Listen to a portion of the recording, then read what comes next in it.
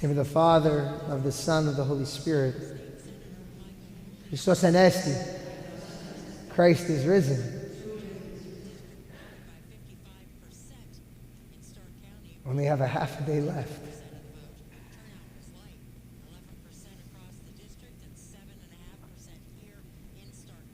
You know, these days, as joyful as they are, and they are joyful, they are so joyful. I always ask myself every year, have I lived Pascha to the fullest? Have I shown the light of the resurrection in my own life? Have others been able to see the light of Christ through my joy, through my love for the Lord? And every year I'm left with one statement. It's not a yes or no. I know I'm asking yes or no questions, but I'm only left with one statement. And the statement is, I could have done better. I could have done more. I could have shown more. I could have not allowed my own darkness, my own pain, my own suffering, my own whatever, criticism, my own anger, my own whatever. All of these things get in the way. All of these things get in the way of letting the light of Christ shine. If I am angry, it's going to dim the light. If I am hateful, it's going to dim that light. If I'm jealous, it's going to dim that light. If I'm feeling lazy and not wanting to do so, it's going to dim that light.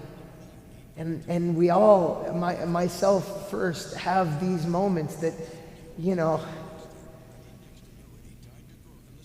man, I could have done better. I just could have done better. And it's not that I didn't appreciate the resurrection. It's just that, you know, we get distracted. And that's why the gospel today is so powerful. And it just hits us. Jesus starts to the multitudes and he looks at all the people following and he says, look, while you have the light, believe in it. Believe in it while you have it. Because he knew he was going to ascend. He knew he wasn't going to remain on the earth. He knew that he was only with them just a short period of time. Such a short period he was there. And he wasn't even, he only had 3 years of preaching. Even though he was there for 33 years, he only had 3 years of preaching. So the people didn't even know him. They only had 3 years to know him. And not even all of them had 3 years because he didn't travel to all the places and stay there for 3 years. They only had a moment. Just a moment with Christ. And yet still some of them believe more than I do.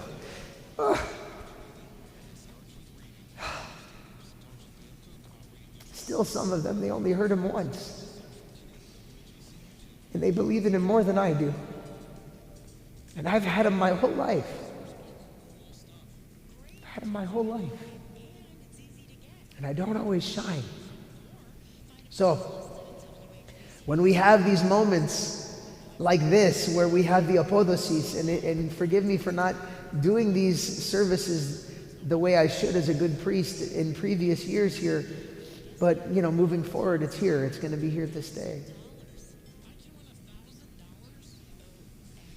When we have these services where we can reinvigorate our lives, brighten our lives in the light of the resurrection, oh my goodness, what an opportunity.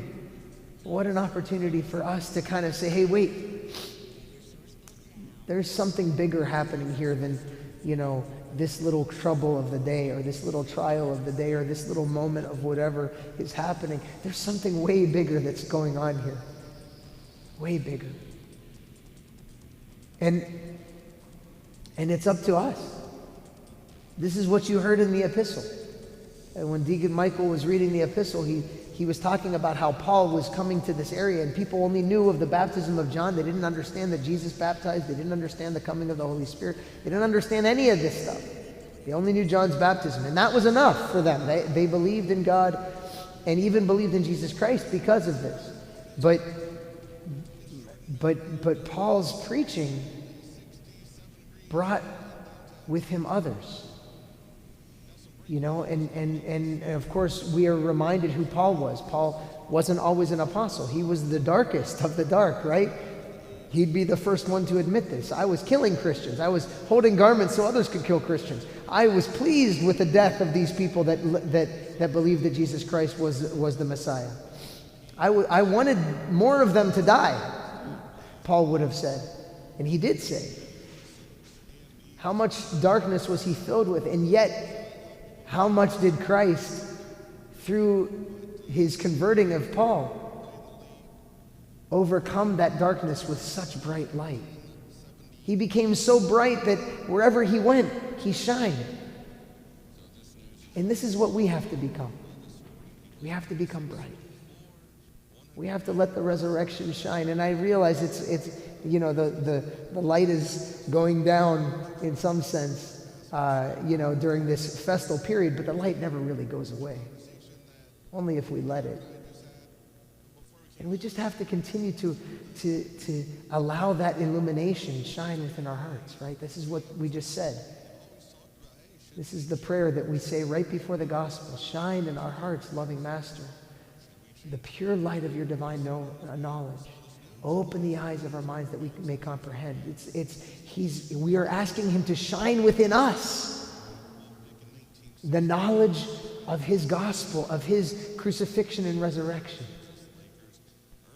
And we're asking that light to make a permanent home in our hearts, in our souls, in our minds, so that wherever we go, whether these candles or that candle or whatever is lit, it doesn't matter. This one is alive. This one is lit. And no matter what we do, no matter what we say, everything radiates with the light. And that's how we get closer to people like Saint Seraphim. I repeat him, but we just have to keep remembering. He lived every single day of his life as if it was Pascha. Every single day was so joyous to him. And he would greet everyone in Russian, Christos Voskresie, but he would walk up, you know, in Greek. I don't know if he knew Greek, maybe he did. Christos Anesti Charamu. That's how he would greet people. My joy. Christ is risen. It was just ever present in his mind and in his heart. And that's what we need to be. We need to be shining that beautiful light. There's no darkness. There's no darkness. No matter how dark a room is, all it takes is one small light to illuminate it. There's no darkness where the resurrection light shines. No real darkness. We just have to get out of the way. No matter how dark our lives may be, no matter how many thoughts our brains just beat us down with sometimes, there's no real darkness. It's just an absence of light. And we just need to continue to keep the light shining and not smother it. So, on this last day of Pascha, let us be jubilant. Let us be joyful. Let us remind everyone that Christ actually has risen from the dead. He has defeated every enemy that will ever seek to harm our eternity. And our eternity is the thing that matters the most. Not these crazy things that go on in the world. We care about those things, that's fine, but not as much as we should care about this. Let that light shine within us so that the Lord can be glorified by everything that we do. Christos Anesti. Amen. Please rise.